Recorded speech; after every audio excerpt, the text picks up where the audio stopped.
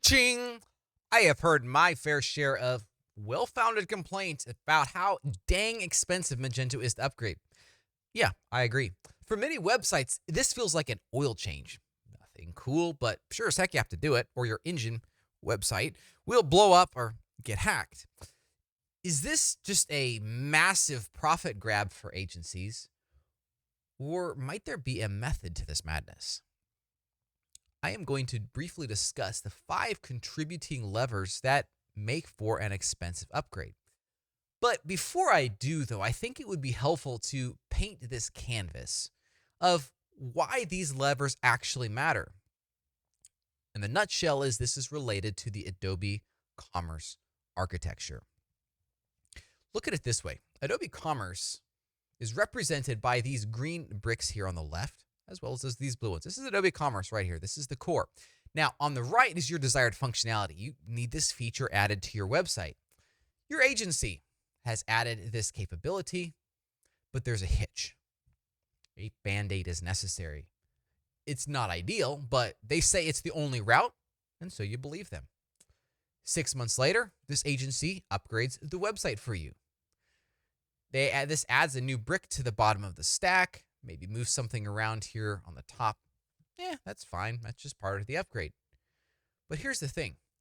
2 months later, you find a massive problem. The website isn't charging customers enough. There's tax issues, something like that. Well, what happened?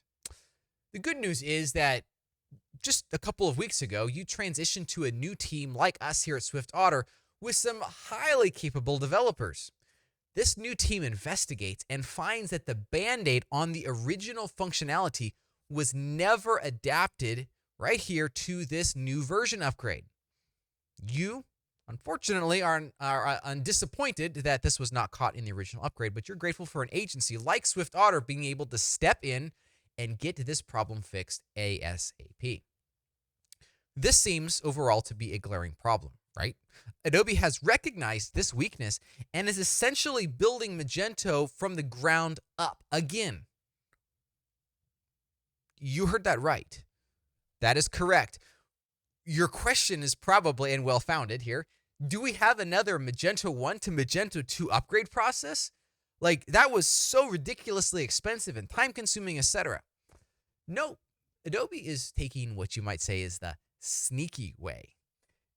You already might be using components of this new system as we speak. So instead of just trashing the old system and saying, okay, folks, here is your new system at your service, instead what they're doing is they are replacing one component at a time. The catalog in your products is the first one that is actually in progress, and they've already started migrating through some of these upgrades, some of these features away. A good agency like SwiftOtter is already coming up to speed on these ideas and is already implementing them. That's part of the value that people like us at SwiftOtter provide. You can see a quick overview of how this looks here in this app builder slide. Basically, the core Magento stays the same. Notice that the same number of bricks as there previously. Obviously, there will be some upgrades, etc., but they're way easier to do because, look, you could modify this original set of bricks however you want, but it's not going to affect this new piece of functionality. This new piece of functionality interacts with the core Magento application, Adobe Commerce application, through the means of the API. This means that there is a firewall in place, which means it is much more stable.